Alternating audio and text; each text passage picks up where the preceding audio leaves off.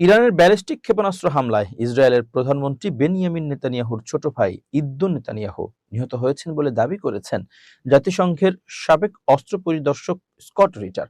Scott রিটের বরাত দিয়ে Times of ইসলামাবাদের এক প্রতিবেদনে তথ্য জানানো হয়। সম্প্রতি রাশিয়ার গণমাধ্যম আরটিকে দেওয়া এক সাক্ষাৎকারে এমন দাবি করেন জাতিসংঘের সাবেক এই অস্ত্র পরিদর্শক। তবে ইসরায়েলি কর্তৃপক্ষ আনুষ্ঠানিকভাবে এ বিষয়ে কিছু জানায়নি।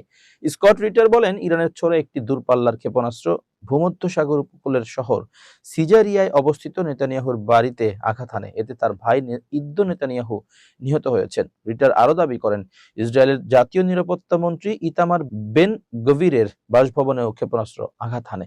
এতে তিনি গুরুতর আহত হন এবং বাড়িটিতে আগুন ধরে যায়। তবে ইসরায়েলি কর্তৃপক্ষ এই দাবি অস্বীকার করে জানায়, বেন গভির সড়ক দুর্ঘটনায় আহত হয়েছেন। রিটার এই ব্যাখ্যা প্রত্যাখ্যান করে বলেছেন, প্রকৃত ঘটনা আড়াল করার চেষ্টা করা হতে পারে। এদিকে ইসরায়েলের প্রধানমন্ত্রীর কার্যালয় জানিয়েছে, নেতানিয়াহুকে ঘিরে ইরানের প্রচারিত খবরগুলো ভিত্তিহীন ও বিভ্রান্তিমূলক। বিবৃতিতে বলা হয়, প্রধানমন্ত্রী নিরাপদে আছেন এবং তিনি দায়িত্ব পালনে অব্যাহত রেখেছেন।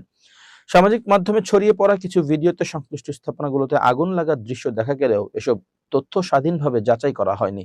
ইরানের বড় ধরনের ক্ষেপণাস্ত্র হামলায় ইসরায়েলের বিভিন্ন এলাকায় আঘাত হানার খবর পাওয়া গেছে। এর মধ্যে রয়েছে তেল আবিবের কিছু এলাকা এবং আবাসিক শহর বেইত শেমেশ। জরুরি সেবা সংস্থাগুলোর বরাতে বলা হয়েছে, বেইত শেমেশের একটি বহুতল ভবনে সরাসরি আঘাতে অন্তত 9 জন নিহত এবং 40 জনের বেশি আহত হয়েছেন। ধ্বংসস্তূপ থেকে উদ্ধার তৎপরতা চালাচ্ছেন উদ্ধার কর্মীরা। ইরানের ইসলামী বিপ্লবী গার্ড বাহিনী দাবি করেছে, তারা দূরপাল্লার উন্নত খাইবার শেকান ক্ষেপণাস্ত্র ব্যবহার করেছে।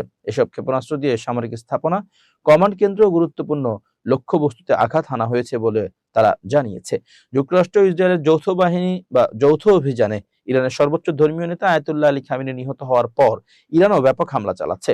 ইসরায়েলের বিভিন্ন স্থাপনা লক্ষ্য করে শত শত ক্ষেপণাস্ত্র ও ড্রোন নিক্ষেপ করেছে ইরান।